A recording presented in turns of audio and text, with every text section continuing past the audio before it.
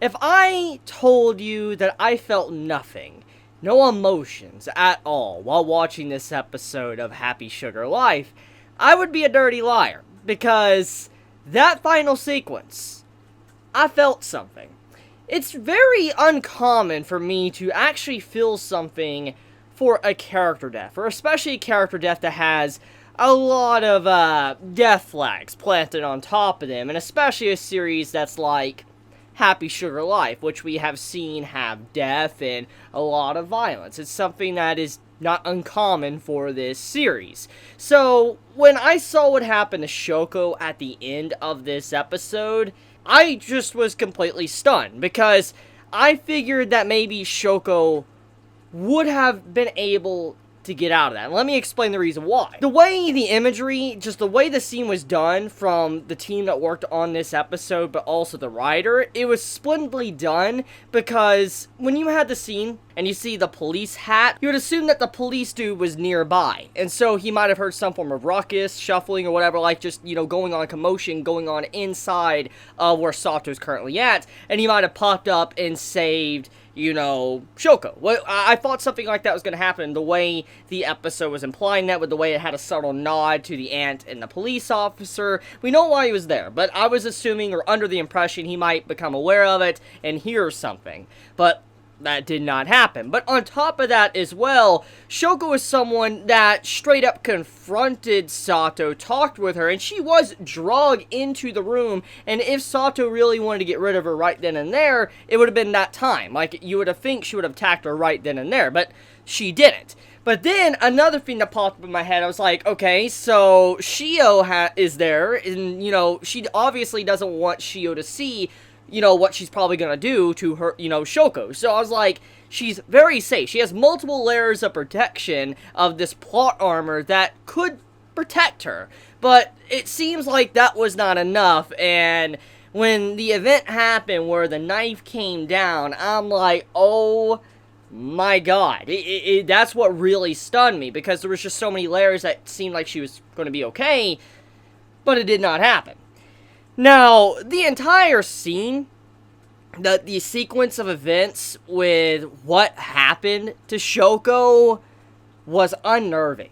Probably one of the most unnerving deaths I have seen in an anime in a while. Like, I've seen some pretty messed up deaths in anime, TV shows and stuff. There's been quite a bit. I'm not going to name the ones because spoiler reasons, obviously. Maybe you guys have them on your list to watch, but I've seen some unnerving deaths in my time. I've seen some really depressing ones that makes you just sad, and you're like, oh my god, like, this is messed up, our character's gone now, and, I want payback against this other character.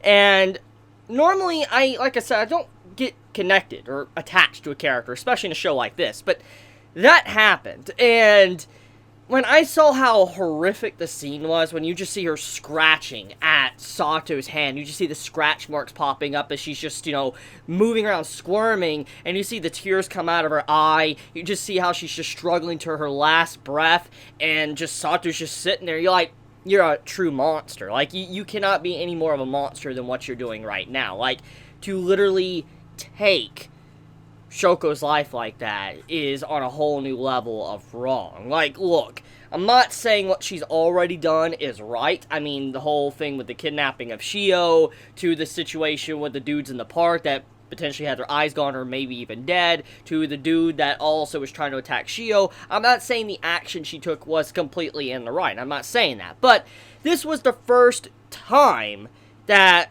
Sato's actions has actually harmed someone that was truly innocent, someone that was not messed up. See, all of the characters throughout Happy Sugar Life, most of them are pretty messed up in the head. I mean, even Shio's brother, in some shape or form, he's still kind of messed up in the head. We even get to see an element of that in this episode. So, I mean, he's kind of not normal, but he's definitely more normal than anybody else.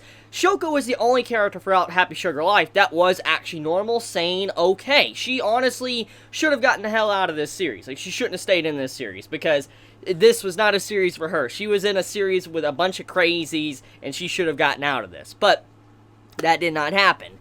But Shoko, though, like I said, she was the only sane character. And so with her death, thanks to Sato's hands, it's basically saying what Sato just did was irredeemable, because she just took an innocent girl's life. Someone that wasn't being heinous, someone that wasn't being a liar, wasn't someone that was having their own intentions and just being a malicious person like how the teacher is, or, you know, how the boss was. We're not seeing that through Shoko. Shoko didn't act like that. She was truly just trying to be kind. She even stuck her neck out, literally, no pun intended, trying to actually, you know, help out Shio's brother. And because of those actions, look what happened to her. And in a lot of ways, when you think about what Shoko did, it was a true form of love. It was. And Happy Sugar Life has actually always been about finding love. What is the meaning of love? That's what the series is kind of about. I mean, when you think about what, you know, Sato's trying to do, she thinks that love is through whatever Shio is giving her. To, you know, Sato's aunt, with how she accepts anybody, that's how she views love. I mean, we've always had love as the main topic of this series, and the first time we've actually seen in this series that Shoko, what she showed, was true love. She literally sacrificed herself to get the message out where Shio's location is. I'm very curious on what is going to happen, because what Sato just did, there's no coming back from this. Like, there was a potential possibility that Sato could have gotten help, and she could have been, you know, eventually released or something, everything would have been okay. Because, I mean, technically the dude that did die, that tried to attack Shio, he tried to attack a little girl, and so Sato just retaliated and protected Shio. So, even though it wasn't right, and the actions after that still not right, you know, the point is she was protecting someone. So, I couldn't say what Sato completely did in that situation was 100% messed up. And also the whole kidnapping to Shio, you could kind of throw it on the top of she's very misguided. She's someone that wasn't, you know, really right in the head. She's broken, which we've known that for a while now, especially after this episode. So you could still chop it up to saying, like, you know, maybe she could have a reunion with Shio in the future after she gets some mental help. That's what you could assume could happen. But now what she did with Shoko, there's just no coming back. She's gotta be put down. Like, it's enough is enough. You don't come back from what you just did to someone that was pretty much your best friend. I mean, even though Sato obviously didn't give a crap about Shoko and said, like, you don't matter to me at all, I have no feelings for you like everyone else, I don't feel anything. I'm like, oh my god, that's some pretty cruel stuff to say to someone. But Shoko, at the very least, she actually, you know, felt like Sato was her friend, her best friend. She relied on her, and that was true betrayal in that moment. I feel really bad for Shoko, and it really just hit me hard with that sequence. I mean, especially when you really look at the nitty-gritty of that scene, and you can see not just the blood, but other things that are happening within the scene. Just the little hand movements, the body movements, just everything going on. You're like, that's just, it's horrid. Like, I don't know how many of you noticed this, but when Shoko, when she was having lights out and all that, you actually see where she literally relieved herself in that moment. And I don't know if that is the case, but that usually is what happens, either when you're scared or, you know, you're pretty much at, you know, death's door. But that's what it looks like to me, especially in that scene. But the whole color palette, the way it was changed, we don't really know. But that was probably done also for censorship reasons, but it definitely worked in the end, just the way it was done.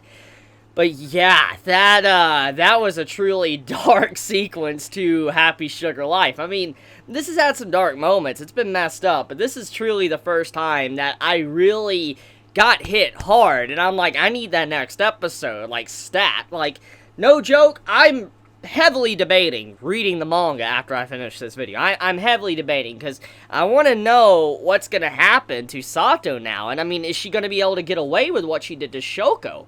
I mean, Shoko isn't like the dude that was owning the apartment. You know, she's not like that. I mean, she has a family. Obviously, her mother cares about her, you know, worries about her, because we see the phone calls. Now, Shoko obviously doesn't give a lot of information to people, and we don't know exactly who she was in contact with before the event happened at the end. We do know that she sent a picture message of Shio and Sato to Asahi, the brother, but we don't know what else she did. For all we know, she could have called the police, she could have potentially have texted her mother. We don't really actually know, but whatever it may be, this is not something that could easily be covered up. It's not something that is simple, because Shoko is someone Now, like I said, had people that cared about her. She has connections. So it's not that easy at all. That's not even included what Asahi's going to do. Asahi, obviously, he's going to realize, he's going to put A and B together and realize, like, okay, this girl, you know, she has Shio, not saying anything, and then she sends a message to me, and then I can't get in contact with her anymore, she's gone. You know, he's going to piece it together and realize that, you know, she dead. She completely dead. The question is how is Asahi going to react? Is he going to just march straight over there towards Sato? Is he going to be calm and, you know, he's going to calculate his situation, realize what he needs to, like, analyze, like, does he need to go to the police? Does he need to contact Shoko's parents? Because that's really what it comes down to now, how he plays his cards. Because he does have information of Shio with Sato, and technically because of his phone, he has the message that was sent from Shoko. So if you give that to a police department and all that, like if you just give that to someone, it's like this was the last message that was sent from Shoko's phone. They could probably look it up, find it out, and they realize her messages, you know, that's just how, you know, it is. Now with phones, you could see what their messages were, their last, you know, message or texts to people, and they'll realize, okay, this was the last message that she sent to this man, obviously of a girl that's been kidnapped, and, you know, she's now missing, and when they do find her body, like, okay, it's obvious, Sato is, you know, the culprit. So when you look at everything right now, he has a lot of evidence to get Sato behind bars, just end everything. But like I said, it really depends on how he handles the circumstance and goes forward. Because if he overreacts, goes too far in, he's going to be also in the wrong, and nothing's going to get done. So it just really depends on that. But also, Shio is a big part to play. She's a wild card as well, because Shio, she's never really seen Sato act like that. She's never got to see that, and I mean, I don't think Shio is that blinded or that, I guess, naive to really believe what didn't happen to that girl, like something happened, like disappearing and stuff. I mean, I doubt Shio is that naive, but we do know that she does have a history of blocking memories or bad things that's happened to her, so she could try to block it out once again. So, who really knows? But yeah, this episode, whoa, like, this is a good episode. Oh yeah, I like this episode a lot. Now, one last thing to talk about before I end this video, though, is the main theme going on before that final sequence. I like how the first part of the episode, it shows how unhappy Asahi is, how he's so depressed and upset, and how Shoko tries to, you know, cheer him up, make him happy in any way she possibly can, but he's still truly unhappy. And then the next segment of the episode, you have, you know, Sato, she's very happy, living a life, smiling, and she's having complete happiness, which, like I said, is the exact opposite of these two scenes. You know, one is very unhappy, one is happy, and then it leads into that final segment to where, you know, both of them are probably feeling the exact same emotions, because Sato's now kind of unhappy, because this has just definitely put a wrench in her entire plan, because there's no telling what's going to happen now. Are they going to have to go on the run? Is she going to be caught? Who really knows? But, yeah, that's pretty much it when it comes to this episode of Happy Sugar Life. Let me know your thoughts in the comments below. Did you enjoy this episode? Did you hate this episode? If you enjoy my content, please subscribe. If you like this video, please leave a like. And if you want to get notified for whenever I upload a video, please click the bell icon down below. And with that, Chibi out.